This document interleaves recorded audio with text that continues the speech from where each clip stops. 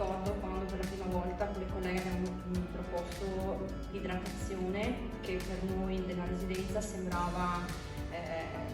una cosa scontata, mentre quando abbiamo dato il succo di frutta, abbiamo offerto le bevande, tutti i pazienti ci hanno chiesto cosa stavamo festeggiando, se c'era un compleanno, se c'era una festa, cosa stava succedendo.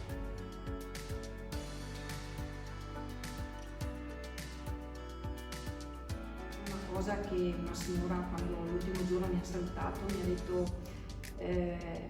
mi ha fatto fare una promessa, diciamo, è stata una cosa nostra, e che intanto lei mi riconosceva, come hanno detto anche gli altri, dallo sguardo, e lei diceva che sorridevo con gli occhi, come tanti di noi. E mi ha fatto promettere quando mi toglievo tutto, di comunque quando tornavo di essere me stessa, di dare fuori quello che riuscivo a dare tutta coperta.